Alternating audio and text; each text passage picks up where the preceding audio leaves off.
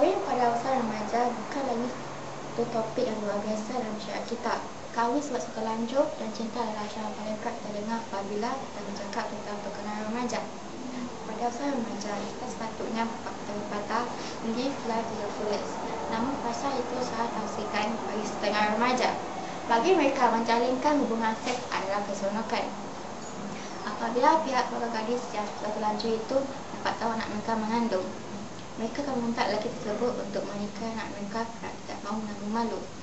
Saat apabila pasangan itu diminta berkahwin, disitulah sebenarnya masalah baru yang akan timbul. Bagi setengah pula, mereka merasakan yang mereka sudah jumpa cinta sejati mereka dan berniat untuk berkahwin. Mereka merasakan mereka sudah cukup bersedia untuk menghadapi segala masalah perkahwinan yang akan berlaku. Mereka cuma fikirkan keseronokan yang sementara sahaja. Mereka belum lagi fikir tanggungjawab mereka sebagai seorang isteri dan suami. Itulah yang terjadi peralianan bukan masa benar.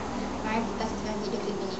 Saya berkahwin pada usia 18 tahun. Saya berjumpa dengan Hafiz pada usia 17 tahun. Kami percaya yang kami telah jumpa erti cinta. Pada masa itu, mak bapa saya marah dan kecewa sangat dengan saya kerana ingin bernikah tetapi saya tidak peduli. Mak bapa saya terpaksa mengizinkan kami berkahwin setelah saya cuba membunuh diri. Namun setelah 6 tahun kami berkahwin, saya kesal kerana telah membuat keputusan yang telah merubah masa hadapan saya. Pada mulanya semuanya seronok, namun timbulnya masalah selepas 4 tahun kami berkahwin. Pada masa itu saya sudah ada seorang anak Irfan berusia 3 tahun. Hafiz yang saya kenal pada masa dahulu tidak sama lagi.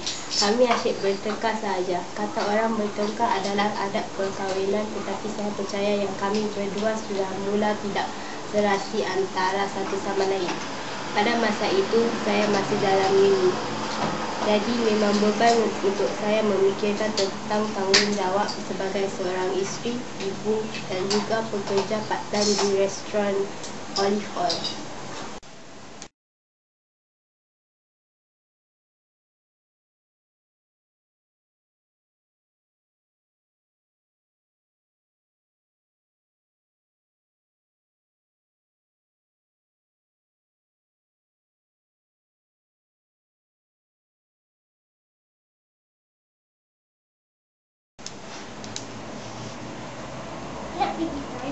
Nak kacau apa pakai tempat kerja? Apa ni bang? Kita nak pergi toilet je kan? Tu kan susah. Sini. Kau sekarang. Kita toilet kan? Nak pergi toilet lagi tak? Tak nak, dia pergi masuk bilik ni. Saya nak cakap sikit. Saya minta tolong tadi sikit je kan? Kenapa aku tak tolong? Bukan ni lah, bising ni. Orang tolong minta hantar anak pergi toilet. Tak boleh tolong ke? Ditinggalkan cinta masa lalu. Hello. Hai. Kau diam ke? Tak ada. Dia lagi. Serius tu. Aku. Okay, kalau aku bilang aku tak boleh. Aku bergaduh dengan aku. Dia bantulah. Dan aku dia nak toilet. Tapi tiba-tiba aku cakap lah, okay, bantu juga, aku tengah rumah. Tapi aku suruh kamu tolong dia. Tapi aku cakap lah, awak tak nampak ke saya tengah buat apa? Abang kan tengah sibuk. Habis macam, aku rasa macam sedih lah. Aku cuma bukan minta dia tolong apa masak ke. Aku cuma minta dia pergi toilet, hantarkan anak aku pergi toilet. Anak dia juga. Tapi dia tak ada. Dia bilang kau Dia cakap tu. Tak cerai sudah. Cerai? Kau serius? Ya. No lah. Tak nak. Aku mesti sayangkan anak aku. You don't love me very love before last time. Aku tak tahulah. Stres lah kalau aku fikir. Dengan uni lagi, dengan kerja lagi, dengan buat kerja rumah lagi, semua lah. Kau tengok balik rumah aku kena buat semua tau. Sumbang, masak, cari semua tau. Dia buat apa? Balik rumah, tidur, makan, tidur tahu. Bagi aku katakan dia kan. Anak kau tu penghasil aku jaga, bayi jaga. Tapi aku masih ada anak. Anak masih perlukan kasih sayang seorang bapa dengan mak. Dia perlukan dua-dua. Itu boleh bincang dia bagus lah. Okay, sekarang kau tak jaga Hafiz sudah. Tu dan kau. Kaulah, aku stres lah. Mama, nak pergi playground? Playground? Pergilah. Beg kasih mama. Main lah. Baik-baik. Nanti jatuh nanti.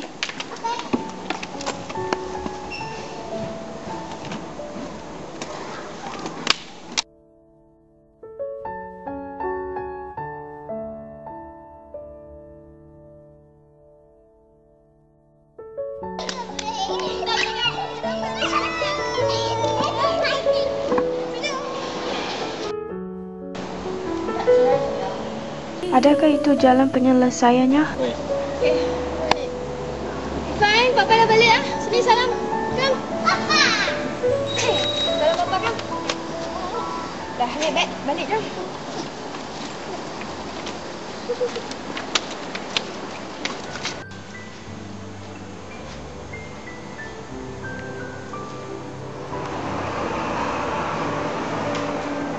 Habis. Lepaskan saya. Apa awak cakap budak lagi? Saya kata, lepaskan saya. Awak dah kena apa? Dah kena sampuk ke apa? Hafiz, jangan macam inilah. Hafiz, di mana kesilap aku? Kenapa kau kena berubah?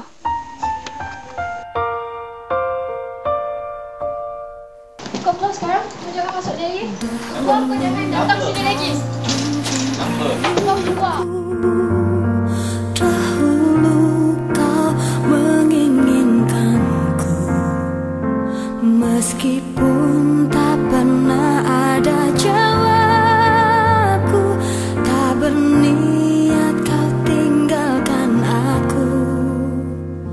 Sekarang kau pergi menjauh. 2 bulan kemudian, Nina dan Hafiz pun telah disahkan bercerai kerana telah menetapkan hak penjagaan anak menikah di saat mahkamah. Nina berjaya mendapat salinan dalam bidang bisnes dan Hafiz pula berjaya mendapat salinan dalam desain dan teknologi. Bagi anak mereka yang selepas berumur 6 tahun, kasih sayang diberi oleh Hafiz dan Nina tidak pernah berangkut setelah mereka berpisah.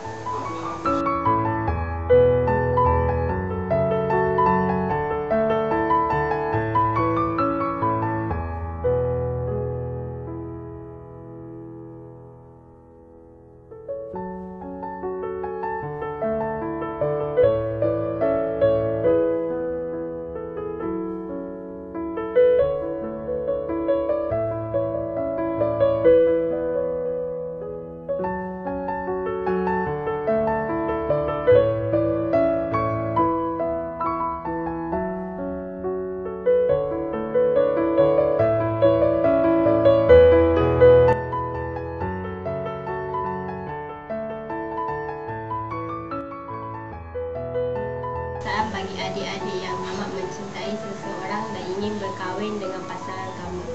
Namun adik-adik kena fikirkan baik-baik. Berkahwin bukan seperti hidup berkasih di mana semuanya indah. Apabila kita sudah berkahwin, semuanya berubah. Bagi yang lelaki, awaklah ketua keluarga. Jadi duit simpanan bukan lagi untuk awak seorang. Haruslah berkongsi dengan keluarga. Bagi yang perempuan pula, segala yang adik-adik hendak lakukan harus minta izin suami dahulu walaupun hendak ke kedai yang berdekatan. Saya berkongsi pengalaman saya supaya adik-adik di luar sana boleh belajar dari kesilapan saya. Apabila adik-adik berkahwin, kawalan amat ketat. Bagi pelajaran pula, tidak semua yang dapat fokus. Kemungkinan adik-adik akan berhenti sekolah setelah berkahwin. Ingatlah adik, di Singapura tiada ijazah. Lupakan hasrat untuk bekerja yang mempunyai gaji lumayan. Perangai sebelum berkahwin dan selepas berkahwin memang amat berbeza. Kemungkinan pasangan adik akan menunjukkan true colours mereka. Saat itulah yang selalunya pasangan hidup adik tidak tahan lagi untuk hidup bersama. Lagi satu yang paling penting ialah fikirkan tentang nasib anak adik jikalau sudah beranak nanti. Mampukah adik untuk belikan semua keperluan anak adik nanti? Jika adik bercerai seperti saya, siapa yang akan beranak? Budak kecil bukan macam kita. Di saat mereka kecil, sepatutnya kami memberi sepenuh tumpuan. Namun jika adik-adik bercerai, pasti tiada tumpuan bagi mereka kerana terlalu mengikutkan ego dan emosi masing-masing. Dan yang terakhir, fikirkanlah tempat tinggal yang adik dan pasangan adik akan tinggal. Takkan hendak tinggal di rumah mak buat selamanya. Kalau begitu lebih sesuai kalau mak adik dapatkan anak angkat daripada seorang menantu kerana segalanya mak bapak harus tangguh. Adik-adik harus berpindah supaya dapat belajar berdikari sebagai pasangan suami isteri. Bagi yang sudah terlanjur pula, berkahwin bukanlah jalan keluar. Ibu bapa gadis haruslah menyokong anak mereka dalam teruskan hidup mereka walau macam mana hampa pun ibu bapa sebenarnya.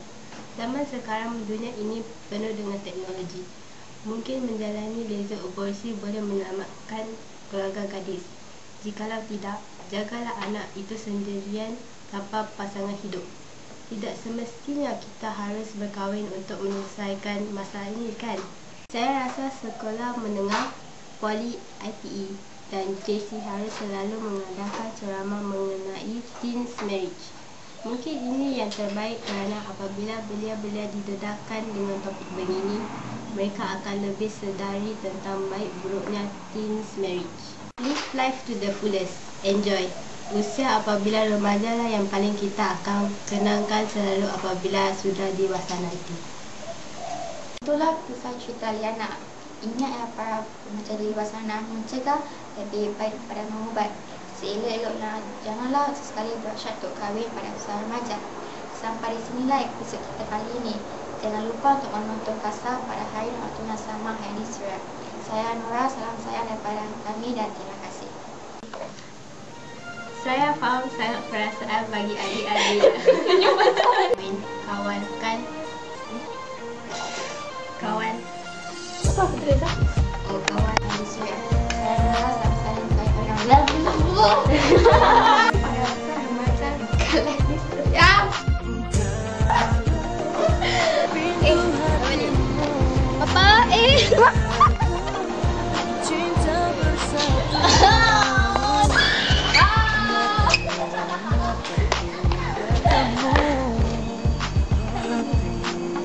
Jangan kacau lah, apa kau tengah buat kerja. Dia sampuk ke apa? belah lah. Saya. Oi, kita terlepas saya. Ya. Ibu.